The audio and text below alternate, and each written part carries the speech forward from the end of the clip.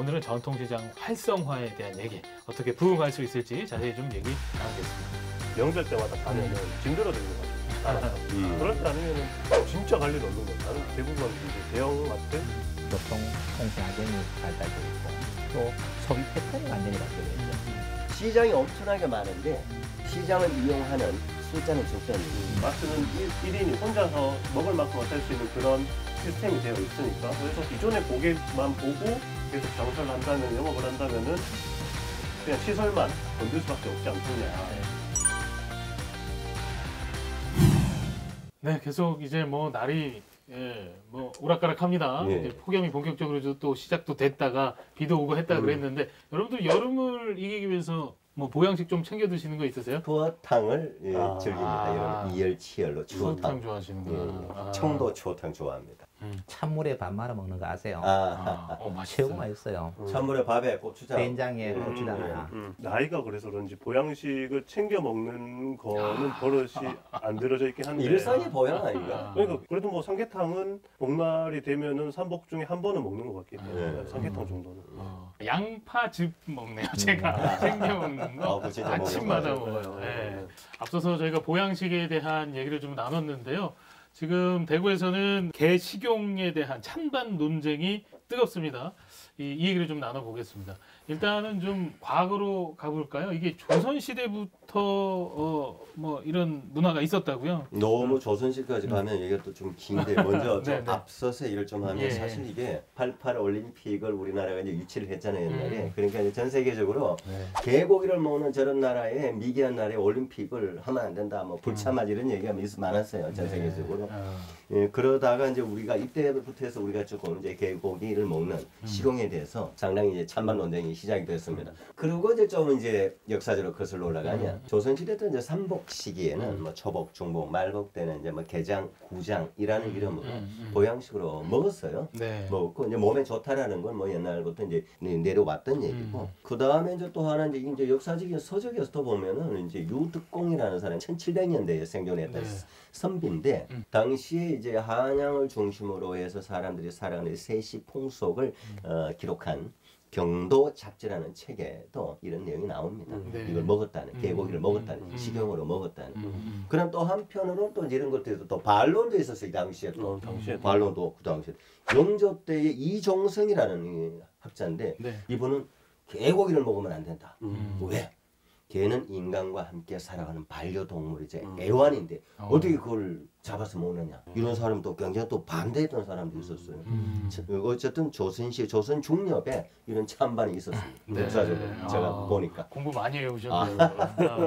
그러니까 이게 지금 찬반 논란이 조선시대부터 있었다는 거잖아요. 네. 그러면서 이제 지금까지 이어지고 있는데 지금 대구에서 이렇게 뜨거운 논쟁이 일어나는 건 유일하게 칠성시장만 남아있다라는 건데 네, 맞습니다. 대구에서도 지금 굉장히 오래된 거죠? 예, 칠성시장은 대구의 서문시장과 함께 역사가 참 오래된 네. 시장이거든요. 그렇죠. 그래서 일제강점기에는 사과하고 농산물을 그 칠성도 하천 둔치에서 팔았어요. 네. 이렇게 팔다가 그때 시장 이름이 동천시장이었습니다. 아마 동쪽에 있는 동쪽 하천에 있는 시장이 아니었나 뭐 이런 느낌이 드네요. 그리고 이제 1946년에 북문시장이라는 이름으로 있다가 오늘의 칠성시장으로 이제 바뀌게 된 거죠. 네. 이때 6.25 전쟁 이후에 이 시장에서 이제 개시장이 형성이 되어 있었습니다. 그래서 지금까지 쭉 이어오고 있는데 50m 남장 20년 전까지만 해도 약 340곳이나 있었어요. 그러나 지금은 한 10여 곳 정도 연급을 하고 있는데 개고기를 먹으면 미개이다. 저는 거기는 동의할 수 없어요. 단지 문화가 틀리기 때문에 그렇지 먹는 음식 지금이 문화가 이제 반려견으로 우리가 그 당시에는 조금 후진국이었잖아. 선진국으로 가면서 지금 우리나라에도 애완견에서 이제 반려견으로 또 바뀌었어요. 이런 문화가 바뀌어가면서 이런 것이 형성이 되는 것이지 단순히 그것을 먹는다고 해서 미견이다. 이건 아니다는 이야기죠. 그래서 각 나라마다 문화적인 차이가 있다는 것은 인정을 해야 되고, 그러나 지금 우리 현재 우리나라에서도 이제 개를 먹으면 안 되겠다는 문화가 이제 지속적으로 높아지고 있거든요. 네. 그래서 이런 문화의 변화에 우리도 따라가야 되지 않겠는가 이런 생각이 듭니다. 네. 급격하게 좀 변하는 시기가 2000년대 이후인 것 같아요. 네, 그 부분 맞습니다. 좀 짚어주시죠.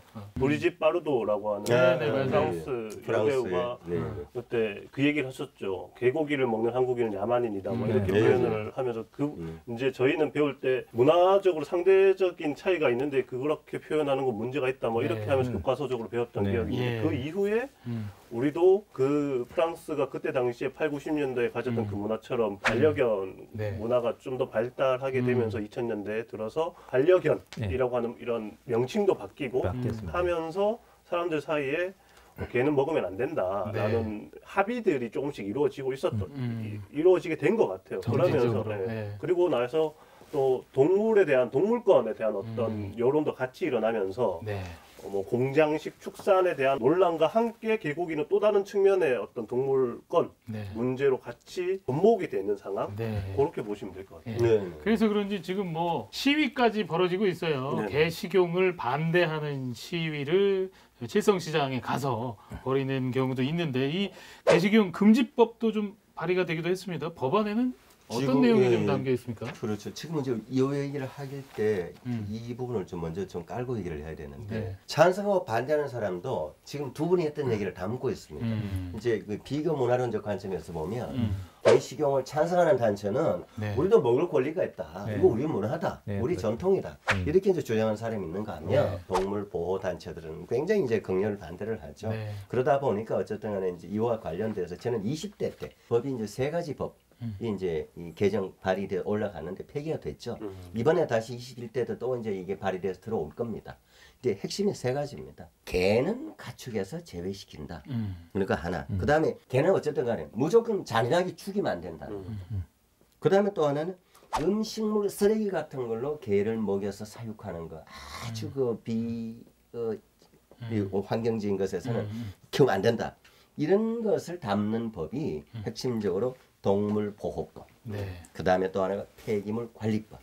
또 하나가 축산법입니다. 이것을 이제 이 동물보호 그리고 개식용 금지와 관련된 3법이라고 합니다. 네. 그는 앞으로 어떻게 이제 또 발의가 돼서 네. 이것이 이제 이렇게 본회의까지 통과돼서 시행이 될지는 네. 아직은 좀 지켜봐야 되겠습니다. 말씀해 주신 대로 법안까지 발의가 됐는데 지금 전국적으로 어떻게 보면은 이런 큰 문화적인 흐름에 따라서 전국의 3대 시장 가운데 다 폐지가 됐고 이제 칠성시장만 예, 맞습니다. 남아 있다라는 거죠. 이 부분에 대해서 좀 결국은 이제 짚어주시죠.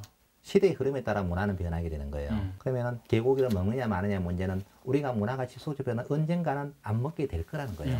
제도적으로 물론 보완도 해야 되겠지만 문화가 변하는 거거든요. 우리 과거에 보면은 60, 70년대 있었던 직업들 지금 다 없어졌잖아요. 그렇죠. 또 새롭게 만들어지잖아요. 그래서 이렇게 항상 변하기 때문에 저는 이 흐름에 맞게 잘 갈 수 있다고 판단하는 거고요. 나 지금 우리나라에서는 게시장이 성남의 모란시장 아주 유명했었잖아요. 그때 이걸 없앨 때 데모도 하고 일단은 동물 보호론자들은 없애야 된다고 데모를 하고 상인들은 생계가 걱정돼 네. 데모를 하고 어쨌든 지금 없어진 거예요. 네. 왜냐하면은 이 사회적인 합의잖아요. 우리 네. 국민 모두 대다수가 아 이제는 이걸 안 먹어야 되겠다. 이런 네. 문화가 형성이 된 거예요, 지금은. 네, 네. 칠성시장도 사실상 없어진 거나 마찬가지. 지금 이제 10개 정도 남아있거든요. 그러면은 이 시장에서 게시장을 없앤다고 없어지냐. 그러면 골목마다 또 조그만 가게들이 있어요. 음식점들이 있어요. 네. 이걸 법적으로 강제할 방법도 없단 말이에요. 그러니까 이게 문화적으로 서서히 해결돼야 될 문제지 법의 제도를 강제한다고 해서 전통시장 자체는 없앨 수는 있겠지만은 그 문화 자체를 식당 하나하나까지 다 없애는 데는 좀 시간이 걸릴 거다. 그래서 지금 연세 드신 분들은 60년대, 70년대 이때 태어나신 분들은 개고기에 대한 향수가 많잖아요. 왜? 그때는 먹을 게 없었거든요. 사실 저는 그렇게 생각합니다. 먹을 게 없었기 때문에 집에서 기르던 개를 잡아 먹을 수밖에 없었다고 봐요. 풍족하게 먹을 거리가 있었으면 굳이 그렇게 할 필요가 있었겠냐 이런 생각이 드는 거예요. 근데 지금은 그런 시대가 없잖아요. 그럼 앞으로 지금 자라나는 세대라도 나중에 개고기를 먹으라 그러면은 이상하게 생각해서 먹지를 못할 겁니다.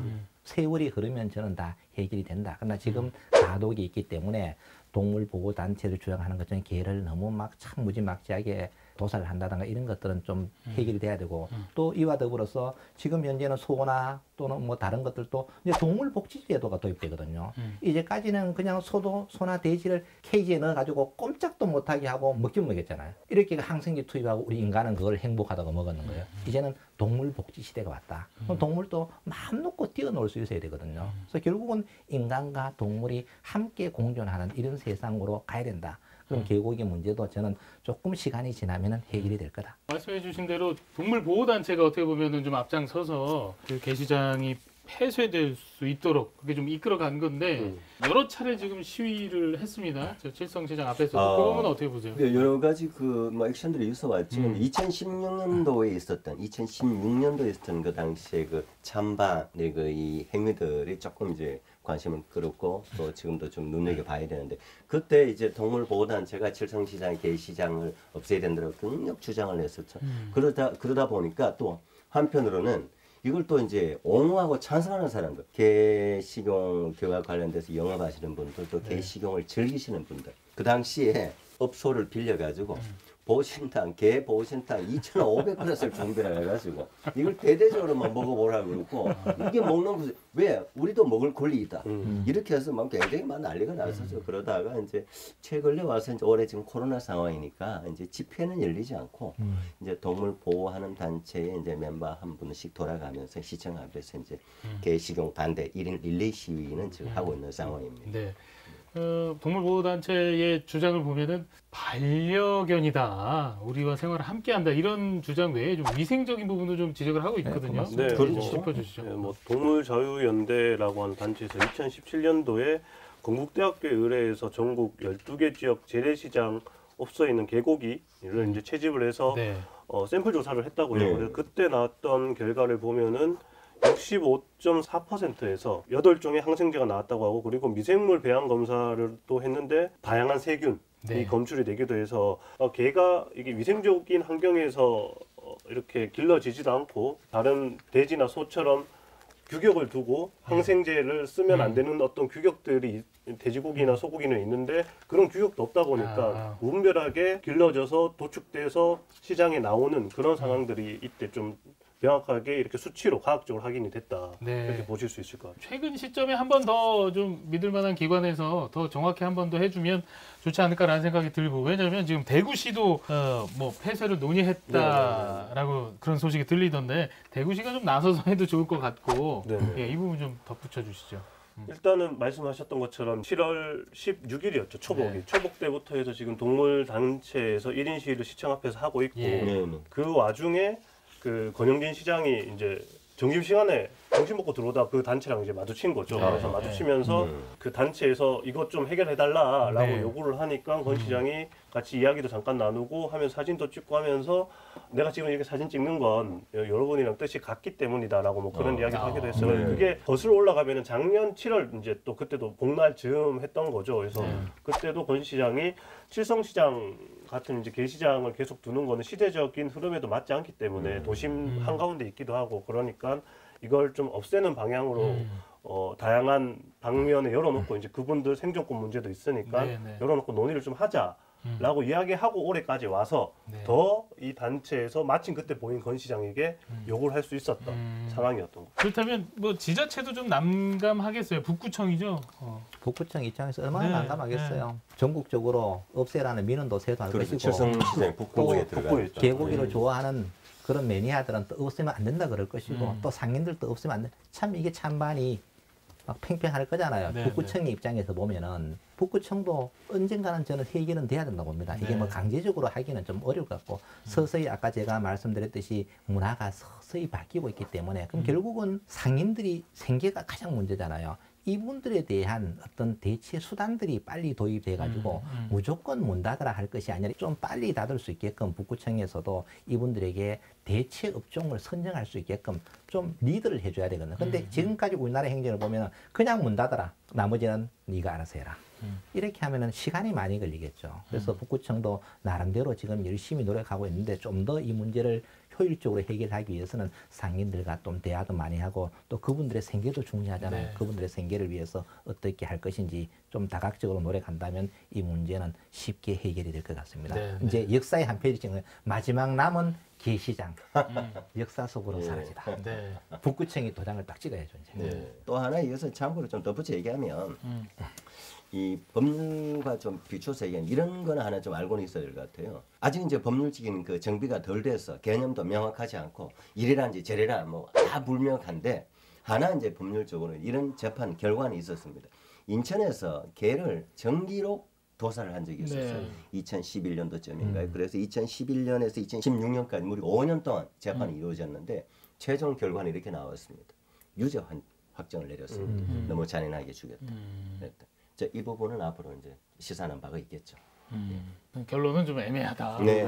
다른 시장들, 그 구포 게시장을 네, 비롯해서 부산 사례 좀 얘기해 주시죠. 어떻게 문을 닫게 됐고 합의가 이루어졌나요? 오랫동안 동물단체랑 지자체 그리고 그 상인분들이 모여서 얘기를 한 결과라고 보면 될 것 같아요. 네. 뭐 그런 결과로 작년 7월에 이제 복날이 다가올 때 그 단체, 부산시장, 관할 구청장, 국회의원까지 와서 협약식을 맺었죠. 폐업 협약식이라고 해서 네.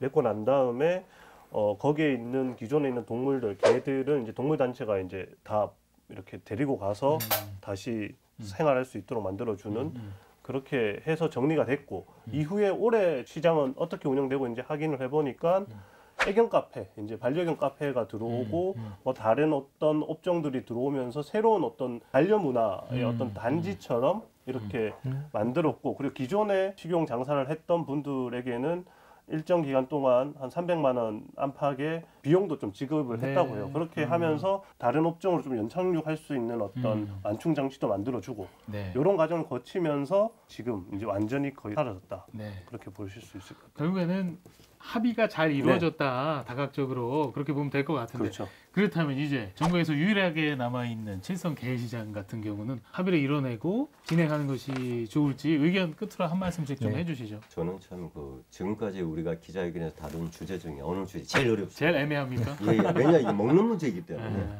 국회가 빨리 법을 만들어야 된다. 그래 법이 만들어지면 그에 따라갈 수밖에 없지 않느냐. 국회의원들 21대에서 빨리 결론 내주십시오. 제가 볼 때는 전 국민의 90% 정도는 반려견 시대라고 인정을 할 것 같아요. 저는 이제 남은 10%잖아요.